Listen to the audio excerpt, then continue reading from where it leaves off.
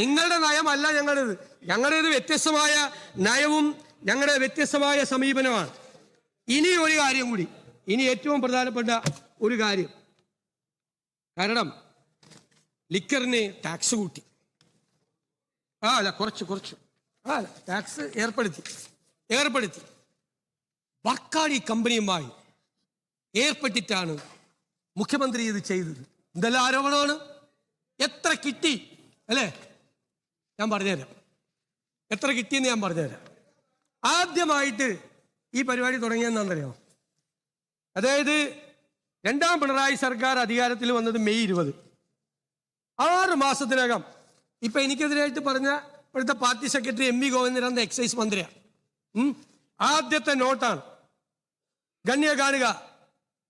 അന്നത്തെ എക്സൈസ് മന്ത്രി പറയാണ്, ബർക്കാഡി ഇന്ത്യ, SDF ഇൻഡസ്ട്രീസ് എന്നിവ നൽകിയ അപേക്ഷകളും സമാനമായ മറ്റ് അപേക്ഷകളും ഒരുമിപ്പിച്ച് ഖണ്ഡികയിൽ പറഞ്ഞത് പ്രകാരം വീര്യം കുറഞ്ഞ മദ്യത്തിന് വ്യക്തമായ നിർവചനം നൽകി വിശദമായ റിപ്പോർട്ട് അടിയന്തരമായി സമർപ്പിക്കുക. ആരാണ് ബർക്കാഡി കമ്പനിയായിട്ട് സംസാരിച്ചത്? ആരാ ബർക്കാഡി കമ്പനിയായിട്ട് ആദ്യമായി സംസാരിച്ചത്? ഇനി കേട്ടോ. അല്ലല്ല രണ്ടാമത്തെ ബർക്കാഡി രണ്ടാമത്തെ ആരോപണം എന്താ? രണ്ടാമത്തെ ആരോപണം എന്ന് പറയുന്നത് ഈ വീര്യം കുറഞ്ഞ മദ്യം കേരളത്തിൽ ഇറങ്ങിയാൽ, ഇപ്പോഴും പറഞ്ഞു, യുവതലമുറയെ മുഴുവൻ നശിപ്പിച്ചു കളയും, യുവതലമുറ ഇല്ലാതാവും, സ്ത്രീകളും കുട്ടികളും ആവും.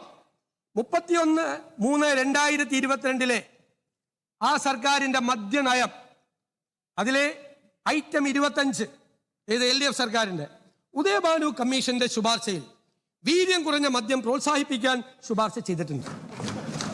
അതുകൊണ്ട് സംസ്ഥാനത്ത് 20% വരെ വീര്യമുള്ള മദ്യം ലഭ്യമാക്കുന്നതിന് നടപടി സ്വീകരിക്കും.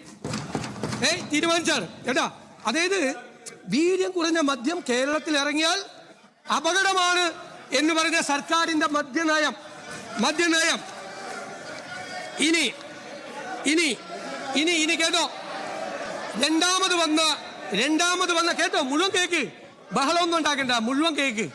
മൂന്നാമത് അന്നത്തെ എക്സൈസ് മന്ത്രി ഇവിടെ പറഞ്ഞ ഉത്തരം, അസംബ്ലിയിൽ പറഞ്ഞ ഉത്തരം, ബക്കാഡി ഇന്ത്യ ലിമിറ്റഡ് എന്ന സ്ഥാപനം അവരുടെ ഉൽപ്പന്നങ്ങളായ ബക്കാഡി, ബ്രീസർ, ബക്കാഡി പ്ലസ് എന്നീ ലഹരി പാനീയങ്ങൾ കേരളത്തിൽ വിൽപ്പന നടത്തുന്നതിന് അനുമതിക്ക് അപേക്ഷ സമർപ്പിച്ചിരുന്നു.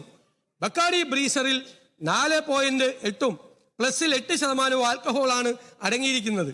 2022-23 വർഷത്തിലെ മദ്യനയത്തിൽ പ്രഖ്യാപിച്ചിട്ടുള്ള പ്രകാരം 0.5 മുതൽ 20 വരെയുള്ള ആൽക്കഹോൾ കണ്ടന്റുള്ള മദ്യം വിപണനം നടത്തുന്നതിന് വിദേശ മദ്യ ചട്ടത്തിൽ ഭേദഗതി വരുത്തിയിട്ടുണ്ട്. ഫോറിൻ ലിക്കർ റൂൾസിൽ അമെന്റ്മെന്റ് നടത്തി.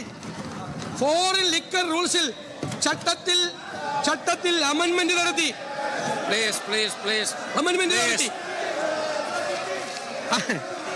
അമെന്റ്മെന്റ് നടത്തി. ഇനി ഞാൻ പറയട്ടെ, ലെറ്റ് മീ കംപ്ലീറ്റ്. ഇനിയുണ്ട്, രസകരമായ കാര്യങ്ങളുണ്ട്.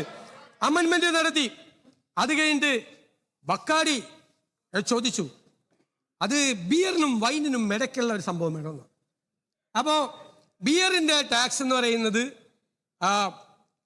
116%, വൈനിൻ്റെത് 86%. ഇതിന്റെ ഇടയിൽ ഒരു ടാക്സ്, അതിന്റെ നടപടിക്രമങ്ങൾ നടപടിക്രമങ്ങളെല്ലാം പൂർത്തിയാക്കി. അല്ല കേക്ക്, ഞാൻ പറഞ്ഞില്ലല്ലോ, കൊടുത്തെന്ന് ഞാൻ പറഞ്ഞില്ലല്ലോ. എല്ലാമായി അതിന്റെ നടപടിക്രമങ്ങൾ ഫയലായി. ഇലക്ഷൻ ആയതുകൊണ്ടാണ് കൊടുക്കാറുള്ളത്. ഇനി കേട്ടോ അല്ലല്ല കേൾക്ക്. അല്ല, ഞാൻ ഇത് പറഞ്ഞു തീർന്നിട്ടേ ഇരിക്കുള്ളൂ. അങ്ങക്ക് വഴങ്ങുള്ളൂ. അങ്ങ് പ്രസംഗിക്കണ്ട, ഞാനാണ് പ്രസംഗിക്കുന്നത്. അല്ലല്ല, ഞാൻ പറയട്ടെ, ഞാൻ പറഞ്ഞു തീർക്കട്ടെ. എന്റെ പോയിന്റ് കംപ്ലീറ്റ് ചെയ്തിട്ടില്ല. അടുത്തത് ഈ 86-നും 116-നും ഇടയിൽ വെക്കണമെന്നാണ് പറഞ്ഞത്. നമ്മളെന്താ ചെയ്തത്? നമ്മുടെ മുമ്പിൽ ഈ ഫയൽ വന്നു. ഈ ഫയൽ ബജറ്റ് തയ്യാറാക്കുന്നതിന് മുമ്പ് വന്നു. ശരവേഗം തീരുമാനമെടുത്തെന്നാണ്. കേട്ടോ, കേൾക്കണ്ടേ? അതൊക്കെ മറുപടി കേക്ക്. അതിങ്ങനെ ഓടിപ്പോയി 7 ഉദ്യോഗസ്ഥന്മാരുടെ അടുത്ത് പോയെന്ന് പറഞ്ഞു. ഇവിടെ ഒരു സർക്കാർ ബജറ്റ് അവതരിപ്പിക്കുമ്പോൾ ടാക്സ് തീരുമാനിക്കുന്നത് തലേദിവസം രാത്രിയാണ് ഫൈനലൈസ് ചെയ്യുന്നത്, ആണല്ലോ. എന്നിട്ട് രാത്രി 1 മണി കഴിഞ്ഞിട്ടാണ് ടാക്സ് പോർഷൻ പ്രിന്റ് ചെയ്യാൻ കൊടുക്കുന്നത്. ശരവേഗത്തിലാണ് പോണത്. കാരണം ഡിസിഷൻ വന്നാൽ ആ ഡിസിഷൻ എല്ലാവരും വേഗത്തിൽ കണ്ടിട്ട് എല്ലാ ടാക്സും തീരുമാനിക്കണം. അങ്ങനെ ധനകാര്യമന്ത്രിയായിരുന്നു, അദ്ദേഹത്തിന് അറിയാം. തീരുമാനിക്കുന്നു ശരവേഗം. അതായത് സാധാരണ ഈ അഴിമതിയിൽ പറയുമല്ലോ, ഭയങ്കര സ്പീഡായിരുന്നു. ഇത് കേരളത്തിലെ ഒരു ടാക്സ് നിശ്ചയിക്കാൻ ഫയല് പോകേണ്ടത് അങ്ങനെ തന്നെയാണ്. വേഗത്തിൽ പോയിട്ടാണ് രാത്രി 12 മണിക്ക് മുമ്പാണ് നമ്മളിത് ഫൈനലൈസ് ചെയ്ത് അവർക്ക് കൊടുത്ത് 1 മണിക്കാണ് ഇത് പ്രിന്റിങ്ങിന് പോകണം. ഇനി ഞങ്ങൾ ഇതെന്താ തീരുമാനിക്കുക? മുഴുവൻ പറഞ്ഞിട്ട് നിങ്ങൾ ബഹളം ഉണ്ടായിക്കോ. ഇത് ഞങ്ങൾ എന്താ തീരുമാനിക്കാൻ കാര്യം? അവർ പറഞ്ഞ ഈ 86-നും 116-നും ഇടയിലല്ല നമ്മൾ വെച്ചത്.